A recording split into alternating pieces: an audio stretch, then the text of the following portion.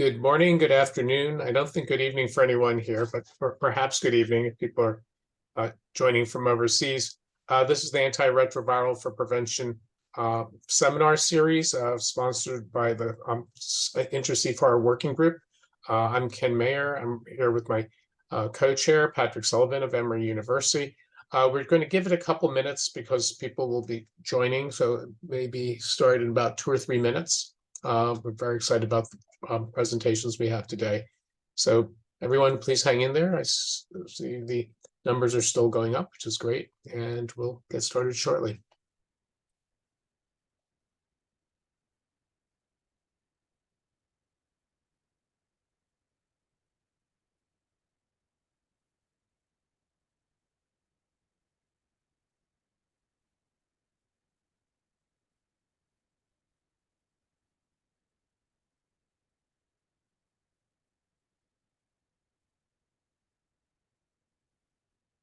Give it another minute, folks, and then we will get started.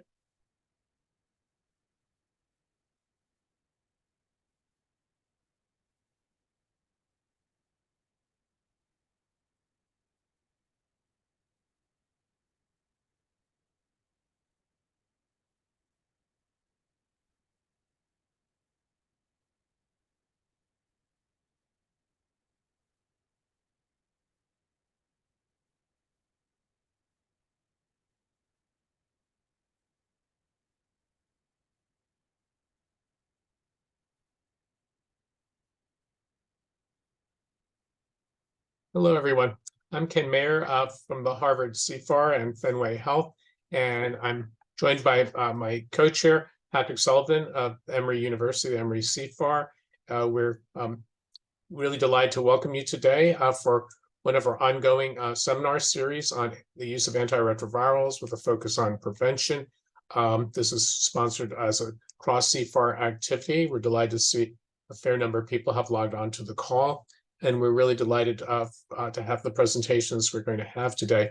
Just want to make sure that people know we do this at noon East Coast time every other month. So our next session will be December 4th, where we'll have an exciting speaker. But today we have 2 very exciting speakers. We're going to be focusing today on the issue of long-acting injectable medication for treatment, particularly for populations that have been more difficult to engage in care, with some focus on the implications for prevention with an eye towards U equals U. So could not be more delighted today than to have the 2 speakers we have. We have Professor Monica Gandhi, who's an infectious disease physician. She's the Associate Chief in the Division of Infectious Diseases at the University of California, San Francisco, as well as involved in global health. She's the director of the UCSF CFAR, and she's also the medical director of the HIV clinic, Ward 86. Her research is focused on HIV in women, and particularly on adherence measurements for HIV treatment and prevention, and how to mitigate COVID as well. We also are joined by Dr. Adia Rana, who's a professor of medicine at the Hersink University at the University of Alabama in Birmingham. She's an associate scientist with the UAB Center for AIDS Research, and she's the director of the Ending HIV in Alabama Scientific Working Group. Adia is somebody I know for a long period of time, and delighted to see that she has really achieved quite a lot of national, international distinction since completing her fellowship in infectious diseases at Brown University. She's with us today because she's the co-chair of the ACG Protocol 5359, and this is a randomized controlled trial looking at a strategy of using antiretroviral, long-acting antiretrovirals with conditional economic incentives for people with HIV with a history of non-adherence. So without further ado, we're going to have Monica present first and then Adia. And when we're done, Patrick will be moderating Q&A. So please offer your questions. Please put them in the chat and we will proceed. Thank you, Monica and Adia. Well, thank you so much. And this is going to actually just be a general talk on long-acting ART for viremic populations prior to getting to the specifics of the trial in the ECTG. So, you know, if the structure of this next 20 minutes is, I want to just mention that first and second line therapy worldwide, the point of it is also to get to U equals U. And that's really the purpose of this Intra-CFAR working group, is to talk about antiretrovirals for prevention. I want to touch on adherence and virologic suppression rates worldwide. I think there are two ways to increase virologic suppression rates worldwide. I think one is scalable adherence interventions, and the second is long-acting ART. And then how do we get there? So, the WHO raised attention at IAS July 2023 when they put out sort of a new brief that emphasized U equals U. And it was interesting how they did it in the sense that there was a Lancet review that I think they'd commissioned right before that looked at the passing on of HIV with low level of viremia. And it was a systematic review, and it was very difficult, or at least it was very virtually impossible to pass it on with a viral load of less than 1,000. And so that's their cutoff for viral load detectability for individual patients is less than 1,000, and it was their cutoff for U equals U in their policy recommendations. Now, the data that we actually have for U equals U is really strongest when a viral load is less than 200. And these were the three major cohorts, partner, opposites attract, and partner 2, that looked across heterosexual couples, men who had sex with men, and really multiple condomless sex acts and less than 200 viral load. The chance is really zero. It really is zero to pass on HIV from partners who have an undetectable less than 200 viral load. To be fair, the data from 200 to 1,000 is a little less strong, which is why there were comments on the WHO policy guidance, but it still stresses how important it is to have an undetectable viral load. And if we want to break the cycle of transmission, we need both PrEP and also to increase our virologic suppression rates worldwide. And so to do that, no matter what, at this moment in time, integrase inhibitors are first-line therapy for suppressing viral loads worldwide. And we have bictegravir with all of its trials up here in the top rows, and those were in switch or naive patients. We have the dolutegravir trials in naive patients that are shown on the bottom, and INSTIs are potent. They have a high barrier to resistance, at least these second generation integrase inhibitors, and they are first line worldwide.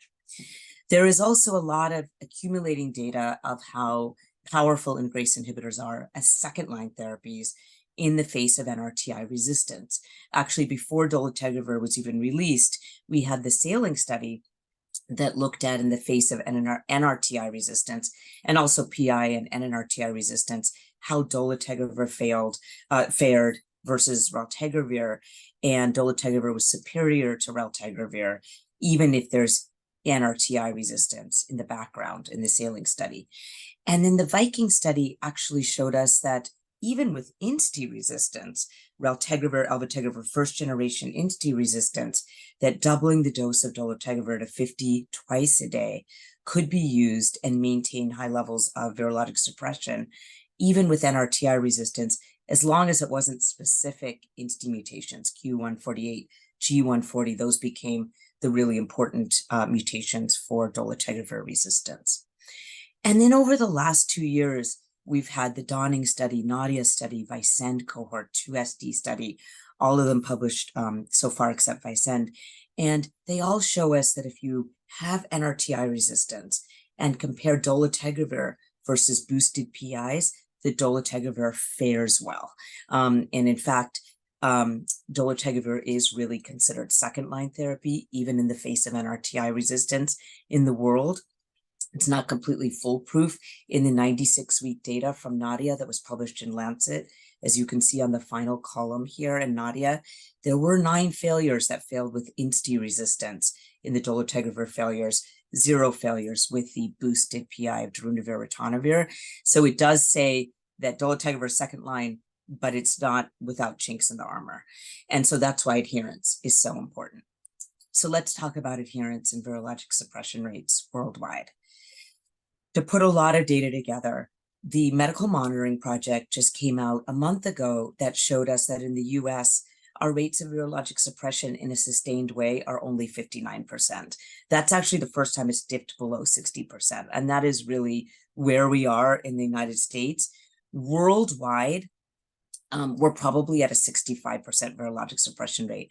This was a nice study in the Lancet HIV on the bottom left that looked at after 3 years, there was a 65% virologic suppression rate on ART with taking it on ART across 31 countries across the planet. And I think the 65% is probably the more likely number. We all know that the barriers to ART adherence are multifold, and it's many things, including substance use, homelessness, and mental illness, and I think our urban centers, but a lot of stigma in the world.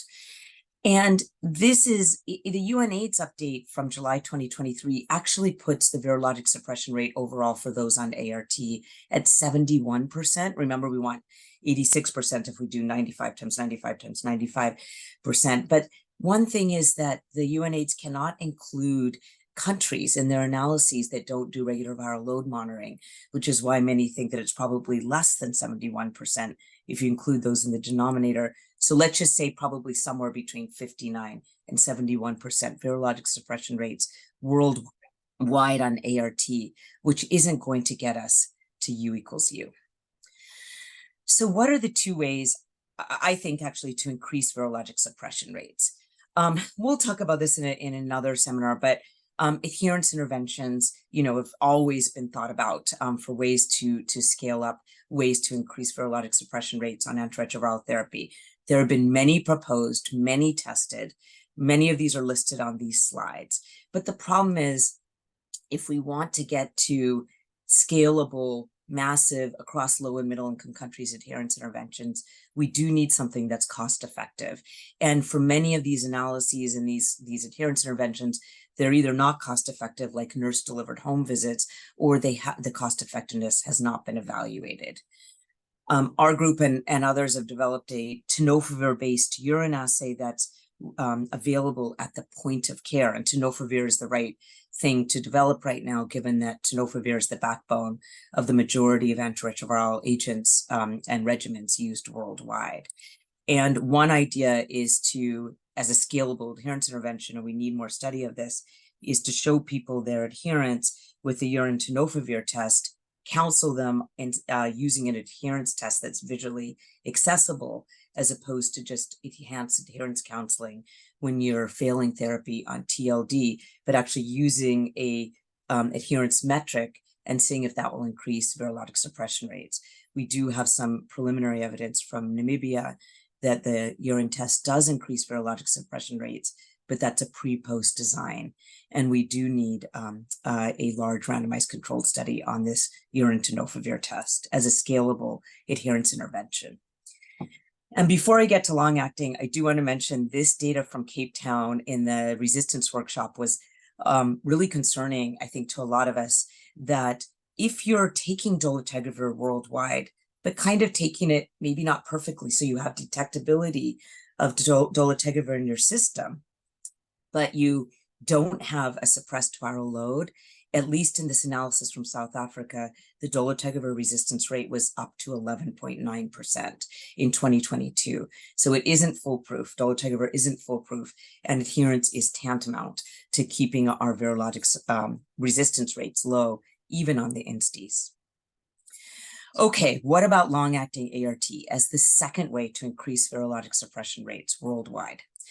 Well, this would be great because long-acting antiretroviral therapy is probably most profoundly important to reduce stigma as one of those adherence barriers worldwide. In fact, beyond the registrational trials, FLAIR, ATLAS, and ATLAS 2M, that led to the approval of long-acting cabotegravir and rilpivirine worldwide among, by the way, virologically suppressed patients on oral ART. And this, I should say, they were not approved worldwide. They were approved in the US and Europe, but the cabotegravir rilpivirine has not been endorsed by the WHO for worldwide treatment. Beyond those studies, the SOLAR study that final results were just published in the Lancet HIV showed us that switching over from BIC, TAF, FDC to cabotegravir rilpivirine, long-acting, was associated with a lot of relief from stigma. 47% of the participants in that trial said that I had a hard time taking oral ART because of stigma, because of either internalized stigma or not wanting others to know that I have HIV. And so I think it's an incredibly important intervention to reduce stigma, to use long-acting ART. But where are we in the world of using long-acting ART to increase virologic suppression rates? Because again, the way it's approved and the way it was studied and the way the FDA has listed the indication for cabotegravir and rilpivirine is to use it in virologically suppressed patients who are switching over from oral ART, because that's how this drug was studied, this combination drug was studied in FLAIR, ATLAS, and ATLAS-2M. So we have performed a demonstration project at Ward 86, which is the clinic here at San Francisco General Hospital, where we were well aware, of course, of the inclusion criteria of FLAIR, ATLAS, and ATLAS-2M, which was to be virologically suppressed at least 16 weeks on an oral regimen first, having no K103Ns, and then switching over to long-acting injectables. But we allowed in our demonstration project patients to enter our project even if they were viremic, and they couldn't take oral ART for a number of reasons, as long as they expressed a willingness to come to clinic every 4 weeks, because we started the injectables at the lower dose every 4 weeks. You can give it at a higher dose every 8 weeks. And we review our patients every 2 weeks. We're meeting tomorrow from 12 to 1 to talk about every patient in our program. And we now have 256 people at Ward 86 on long-acting cabotegravir and rilpivirine. We used existing resources to do this demonstration project. We are a Ryan White funded care clinic, and it was really using the Ryan White Care Program, case managers, social workers. We developed a protocol that we have on a publicly available website, but we do have a designated pharm tech who helps us get it on insurance. And there is an irony in the United States that it's easier to get long-acting cabotegravir and rilpivirine on Medicaid, especially in Medicaid expansion states for publicly insured patients, of which all of our patients at Ward 86 are publicly insured.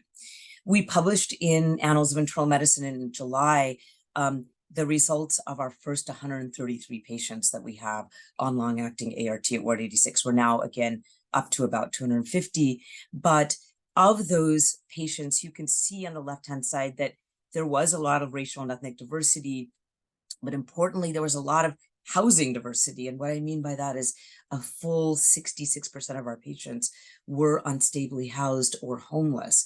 And we have a designated homeless program called Pop-Up for patients living with HIV and experiencing homelessness. And so we enrolled patients from Pop-Up into what we call the SPLASH program, which is our demonstration project. A lot of stimulant use as well, 33%. And about half of our patients were viremic when we started them on long-acting cabotegravir and rilpivirine. And all of those who started with virologic suppression remained virologically suppressed, like in the clinical trials. But even those who are viremic, and it was a small sample size that we presented so far, even those who are viremic suppressed. So overall in our cohort, about 98.5% of our patients suppressed on long-acting ART, even those who are viremic.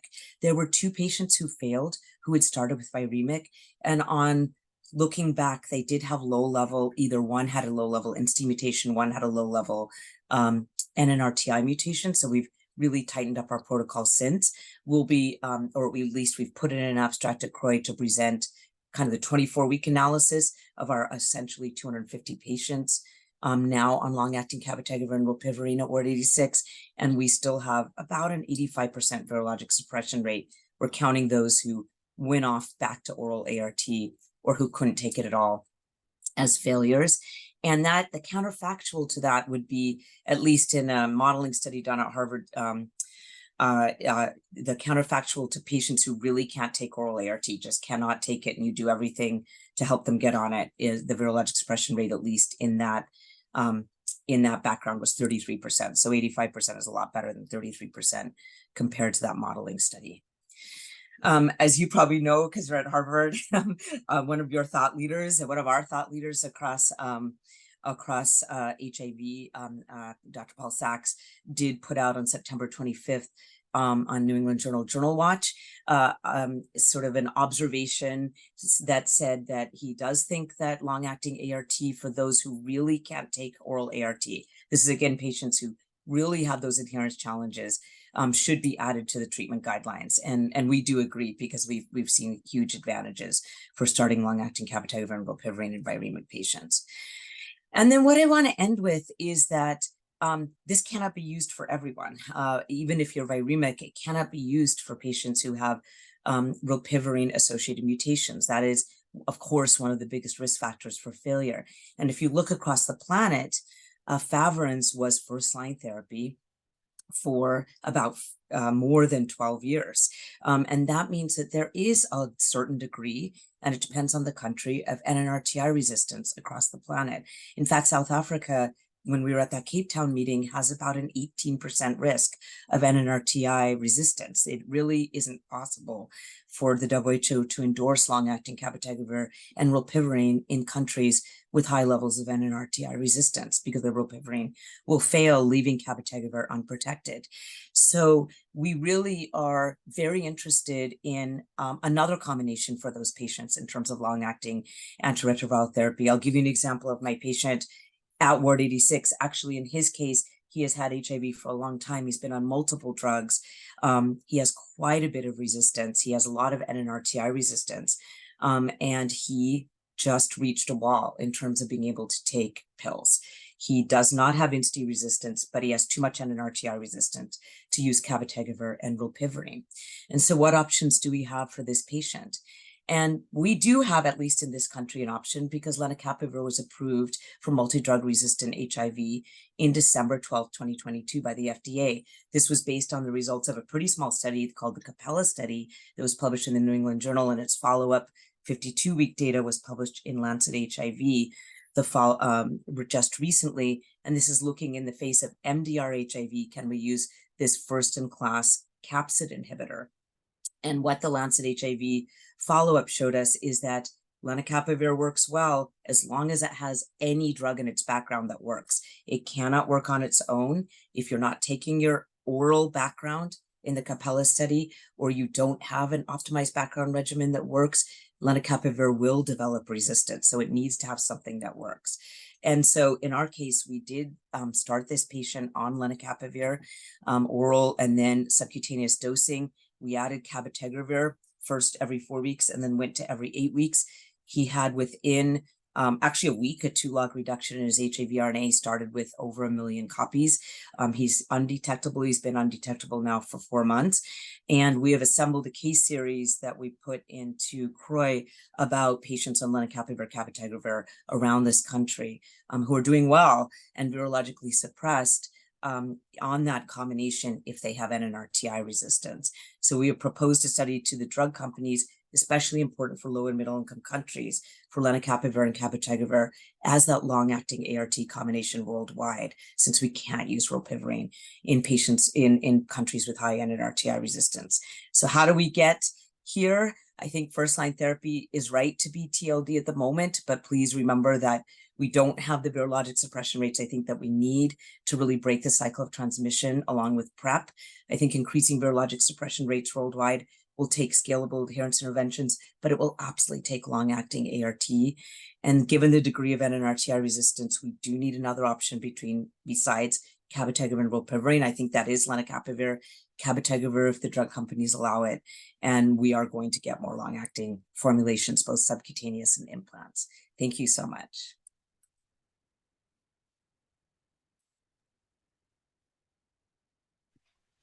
Wonderful. Thank you.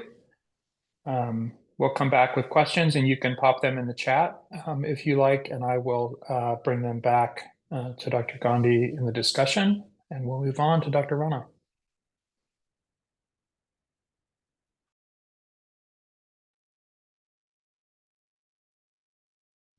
Let me just make sure I have everything set. You all can see my screen, I hope. Yes, okay, great. Good morning. Thank you, everyone. Thanks to Patrick and Ken for inviting me to provide you all some updates on our study. And so I am, as Ken mentioned, now the chair, previously co-chair with Jose Castillo Mencia on the Latitude study. And This is a study that's still undergoing, it's still enrolling, so we don't have sort of primary outcome data yet, hopefully soon, which I will share with you all. And so I thought this would, in addition to give you guys some updates on how we're progressing and some of the changes we've made, I thought this would be a good time to share with those on the call, sort of the process of developing a study like this for a population that really generally is not the first population studied with new agents that are developed. And specifically for the AIDS Clinical Trials Network, exactly the opposite of the population that had been initially considered for some of their studies. So we're gonna share that process and sort of how that's been going over the last several years. So officially, what I'm going to share, of course, is an update on Latitude, which is a randomized control trial on the use of long-acting in persons with a history of non-adherence. But also how I learned to stop worrying, and I wouldn't say love, I'll say put an asterisk next to that. Maybe trust is the better word, but trust the process. Trust the process of ACTG, trust the process of science, trust the process of RCTs as we move forward. So as Monica, I think, very eloquently stated, we really need to challenge ourselves to push the envelope on innovations to improve adherence and retention, adherence to care and treatment overall. We continue to be extremely low in our viral suppression rates, both nationally as well as globally. And when we talk about treatment as prevention, using the same modeling data from the Medical Monitoring Project, we estimate that a significant number of new transmissions that are occurring among people who are aware of their diagnosis and either are not in care or are in care but not virally suppressed. And particularly in the US, we have a very ambitious initiative where we are hoping to end the epidemic by the end of this decade, essentially. And in addition to scaling up some of and implementing these effective evidence-based interventions that we'll talk about, there's also these geographic foci, 48 highest burden counties, as well as the 7 states with a substantial rural HIV burden that we need to focus on. And so I think taking that into consideration as we develop and implement interventions, both nationally and then of course globally, as to how we really effectively scale up what we are proposing. And I'm sure, it's not this is not news to anybody on the call about the importance of consistently assessing barriers to care at treatment, both at time of diagnosis, but in ongoing assessment as we see the patient regularly in our clinic, and of course at times of re-engagement. And in the literature, we have various factors that have been identified with having some sort of association with impacting care, adherence to care and treatment. So, that we know that there's racial and ethnic disparities in adherence to care and treatment. Also age, our young and adolescent population, issues such as substance use and mental health, poverty as it relates not just to inability to pay for medications, but how it translates to things like unstable housing, transportation, competing responsibilities. The stigma, I think, that's already been mentioned is a huge point. And I think it's not just the stigma related to HIV, but the racial, gender, socioeconomic stigmas that intersect that also can be prevalent in some of our populations of need. Simply forgetting because maybe of these competing responsibilities or feeling well or however it might be to take your medication. And then of course, side effects of medications themselves. So all of these sort of interplay in our in some of the challenges that our patients may experience to adherence. And Monica outlined the sort of interventions that we do have, evidence-based interventions that are published and part of guidelines and compendiums for improving adherence to care to treatment. And so these include things, such as intensive case management, providing those wraparound services that are needed in terms of patient navigation, enhanced personal contact, making sure we're addressing needs such as substance use or MAT programs. Data to care programs where we use surveillance or public health data to potentially help identify those who may need to be brought back into care or need more supportive efforts for virologic suppression. And there's also data on things like low barrier care, so providing walk-in clinics or easy access clinics for certain patient populations. And then contingency management or conditional economic incentives that has been brought up previously. There's the HOPE study, you specifically looked at HIV-related outcomes with the addition of contingency management. So it was a 3-arm randomized control trial, which tested 6 months of patient navigation plus contingency management versus patient navigation or treatment as usual, with the outcome on 12-month viral suppression. And the average payment that was paid out to incentivized patient navigation plus contingency management was about $660. And the incentives continued for 6 months, but the outcome was looking at 12 months afterwards. And so while there was no difference in viral suppression at 12 months among these 3 arms, attendance at an HIV care visit at 6 months was highest in the patient navigation plus contingency management arm and was at 6 months and was significantly different. So while the incentives were being given essentially.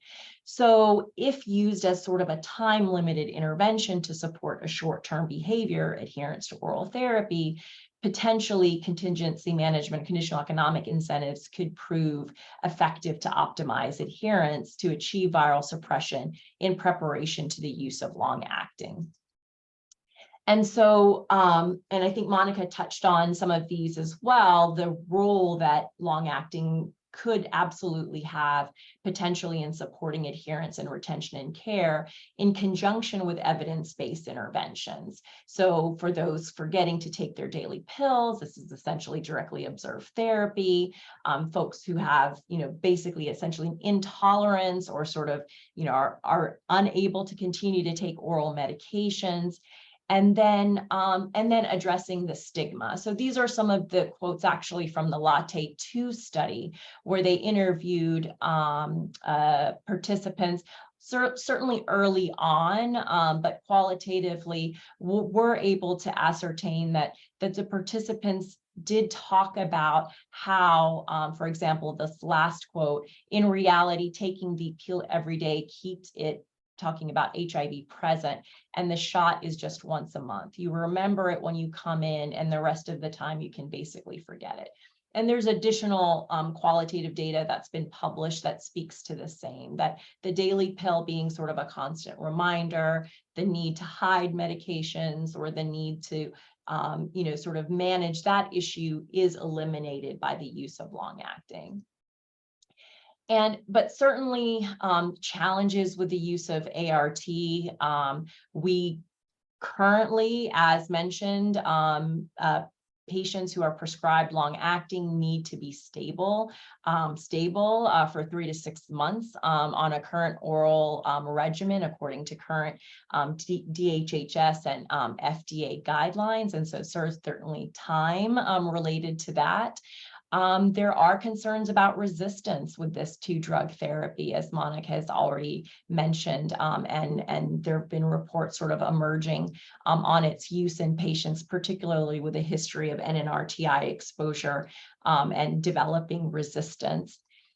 side effects to injections. I mean, they are intramuscular gluteal injections. So something to consider, even if it's every month or every other month. And then the cost, and not just the cost of the injections themselves, but to the coming to clinic. So the transportation of coming to clinic more frequently, whether it's every month or every other month, rather than just a couple of times a year. And of course, the cost of the infrastructure. Monica mentioned sort of the need to have a pharmacy tech who's dedicated, and other things in terms of, is somebody available to administer these injections on this frequent basis to their clinic population.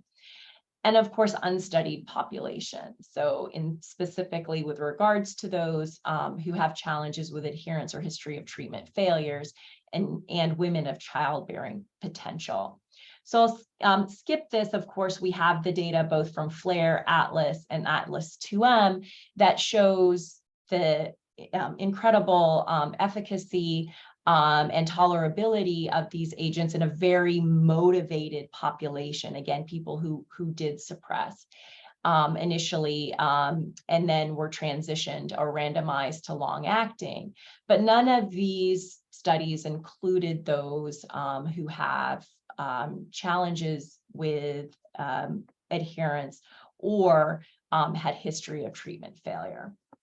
And so that leads us to 5359, which is Latitude long-acting therapy to improve treatment success in daily life. And this is the current makeup of the study team. But certainly, as I mentioned, Jose Castillo-Mencia was initial co-chair with myself. And I don't know if you're familiar with Karen Klingman at Dates, who was also absolutely instrumental in making sure this study got off the ground. But I think a key component to this study, as opposed to some of the other prior clinical trials, is that we knew that this is not going to be your typical this agent versus this agent type of study, that we would need to really build a protocol that addressed the needs of the potential participants for this study, including some of those wraparound services, trainings, and things like motivational and interviewing, adherence counseling, making sure that we were as inclusive of the population that we want to make sure that has potential access to these agents in order to support and impact their outcomes. And so, as we know, achieving virologic suppression remains a key challenge. And so we wanted to test the long-acting as sort of a, another additional intervention, given its opportunity to implement DOT and the lack of data from the phase 3 studies.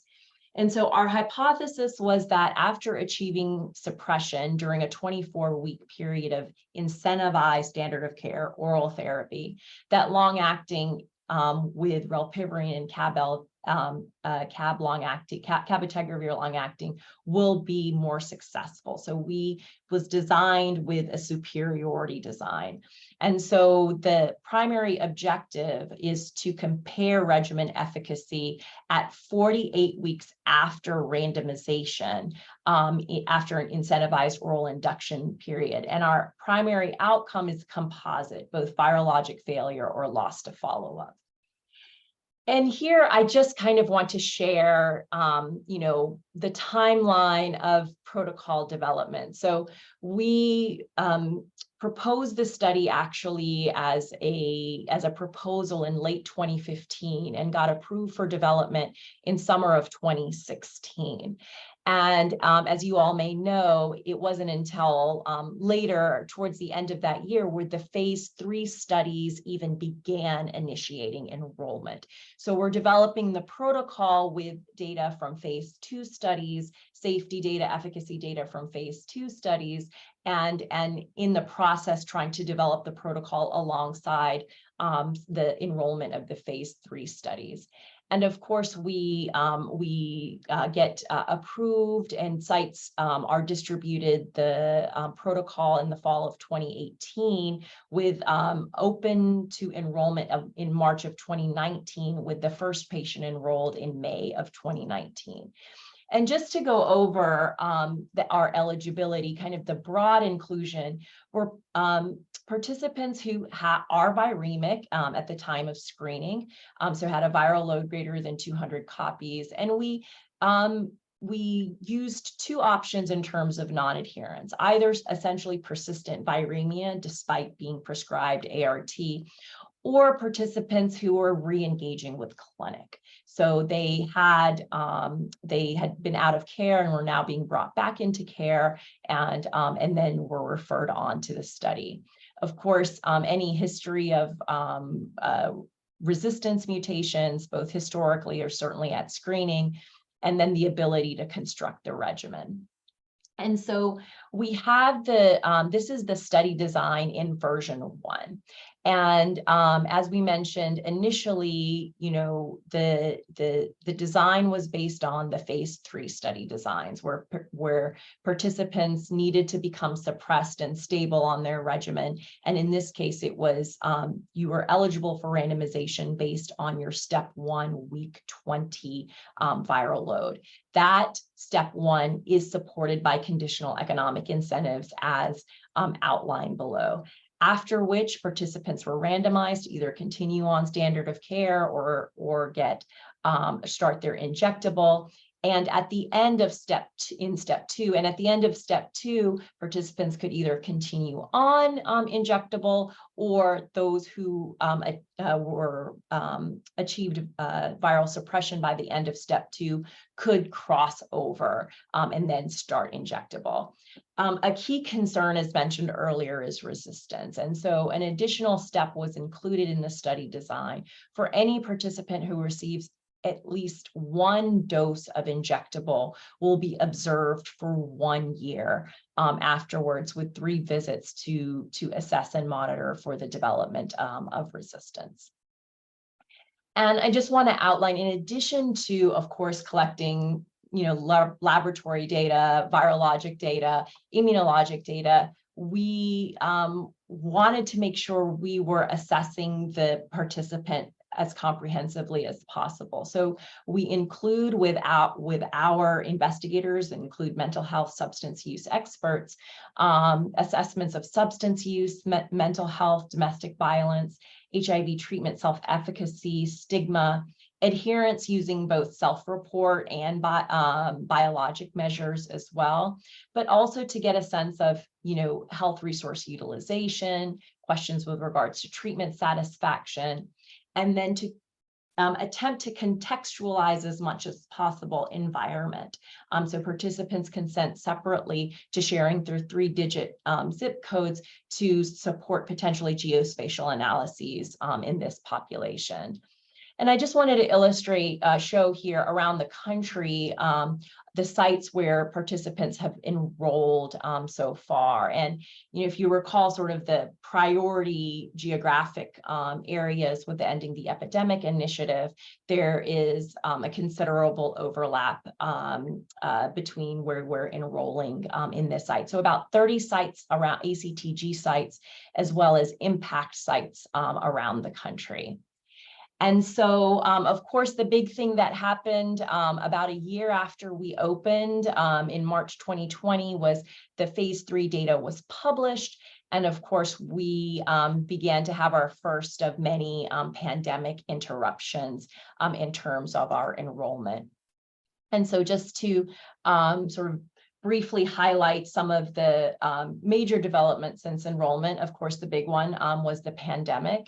We had phase 3 data published in March of 2020, which again provided additional data with regards to our study design and potential changes. There was FDA approval in January 2021, and of course the DHHS guidelines and additional data on compassionate use.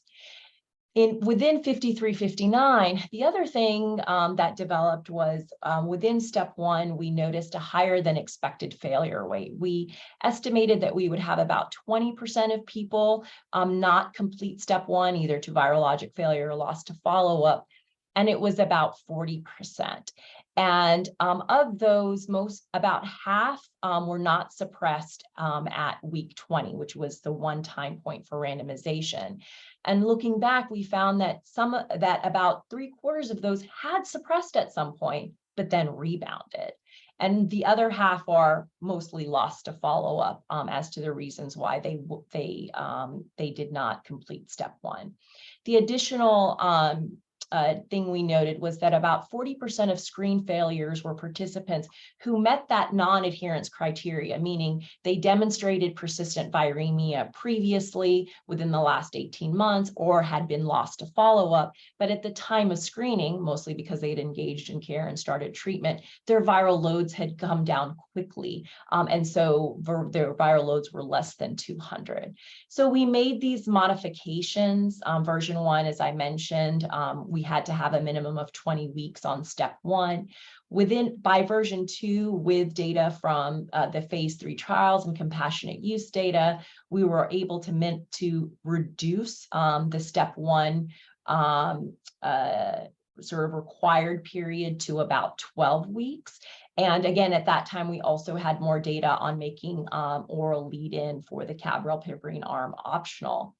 And version 3, which was just approved this year, I think finally gets to the design that we originally had wanted, which was essentially almost as soon as somebody suppresses, they are now eligible for randomization. We also changed it so that as long as participants do meet the overall non-adherence criteria, that if their viral load is less than 200 at the time of screening, they are still eligible, provided they still meet the prior non-adherence criteria. And I'm pleased to report that since the beginning of this year, we've now had extremely robust enrollment. I think this is the combination of sort of sites having full staffing now, pandemic sort of closures now and interruptions being minimized, and a great focus on this population. And even with FDA approval, I think a lot of need at sites to enroll these participants because they are otherwise unable to get cabotegravir and rilpivirine. So our study design essentially stays the same other than the fact that step 1 is now up to 24 weeks. So participants can take that much time if they need to, but also can be randomized or are eligible to randomization as soon as 4 weeks into this study. And so just some brief data on the so far enrolled patients just in step 1. So median age is 40, with about 20% of our population enrolled being under the age of 30. 30% female sex at birth, and about 5% identify on the transgender spectrum. 63% of those enrolled so far are identify as Black or African American, and about 18% Hispanic or Latino. As I mentioned, substance use is not an exclusion in the protocol, with about 5% currently reporting ongoing IV drug use. Most of these participants have been infected for a long time, 13 years. And with our viral loads, almost half of the participants who are entered have a viral load greater than 10,000 when they enter step 1, with a median of about CD4 of 268. So just to share where we are as of today, we've enrolled 403 participants in this study. There's 18 participants currently on step 1, and 271 have been randomized. And 108 chose to proceed on to step 3. And so we are assuming we're now at about an 89% step 1 to step 2 progression rate. So we estimate that we need about almost 40 more people to enroll from our 30 sites, and in order to achieve our target enrollment. And we've been averaging about 10 new enrollments per site. So just to go back to our original timeline, so this is how we've sort of progressed through and hopefully with our accelerated enrollment and I think continued interest in enrolling this participant population, we're fingers crossed hoping to complete enrollment at the end of this year. And I think that's it, and happy to take any questions. Thank you so much. That was wonderful. Thanks to both of our presenters. And we're going to move now into a question and answer period. I think Alberto had shared a link that you can use to put questions into the chat function, and I will get those and pass them on as they come in. I apologize that we don't have our clapping hands emoji available in the webinar setup, so everyone kind of express their appreciation, but these were really two wonderful talks.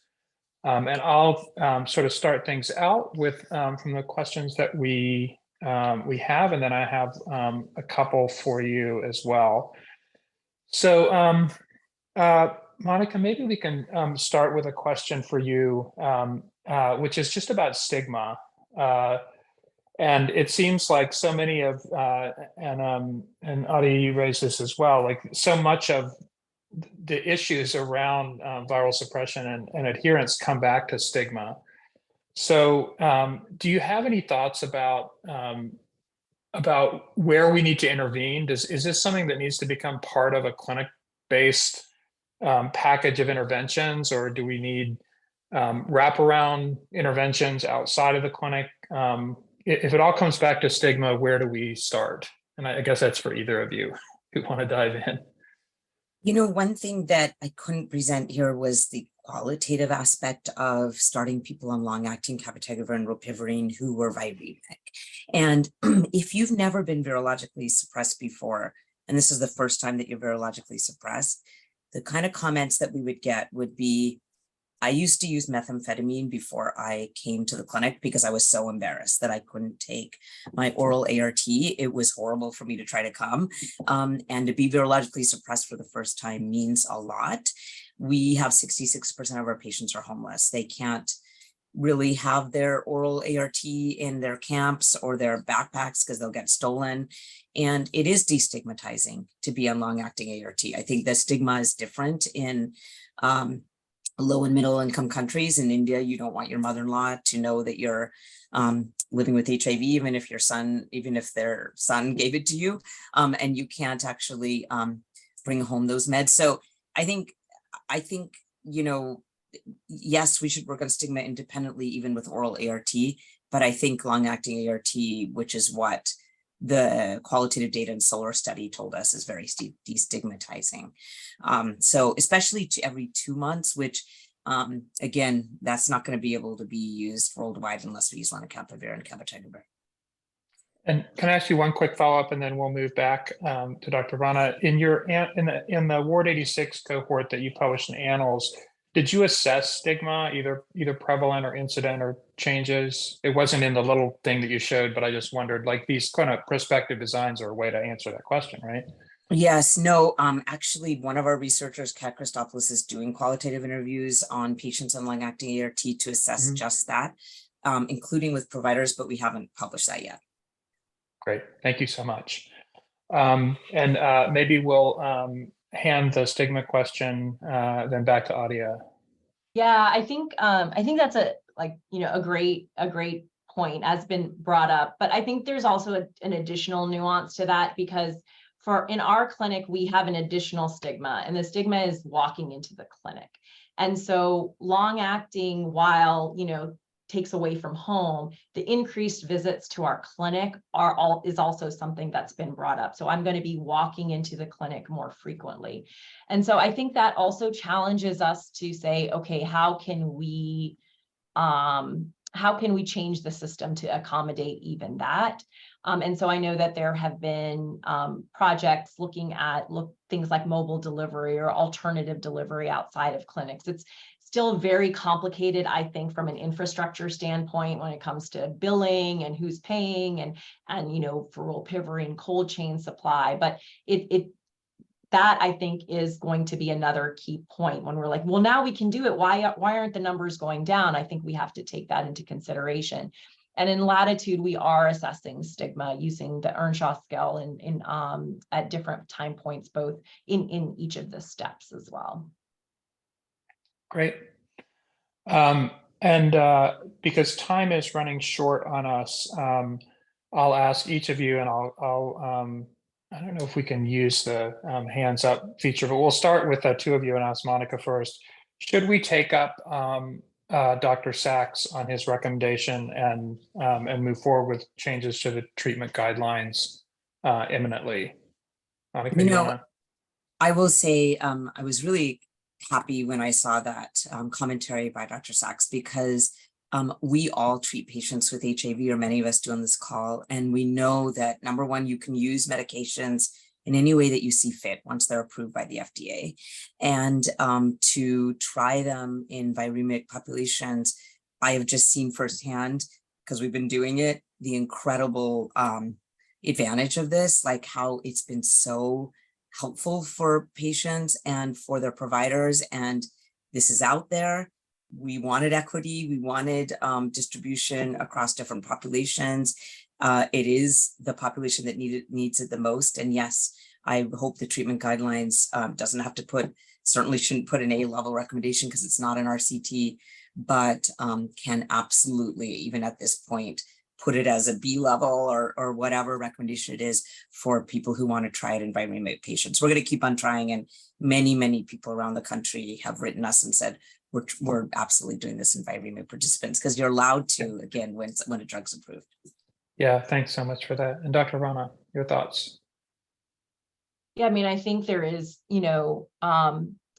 more, people publishing, there in Mississippi, these 12, that just patients were presented in CID as well. I think the caution is Monica described the way that they do it in their clinic, where like there's a weekly meeting, history is carefully reviewed. And my caution for that is and I'm sure Monica has gotten these as well, we are getting, there is a growing number of people where it has been tried in viremic people or patients, and I'm getting contacts on, okay, now they've developed resistance, or now they're viremic, or now this rebound. And when you go back, it's like, okay, well, there was failure on NRTIs in the past. Okay, actually they never had a genotype checked before you started.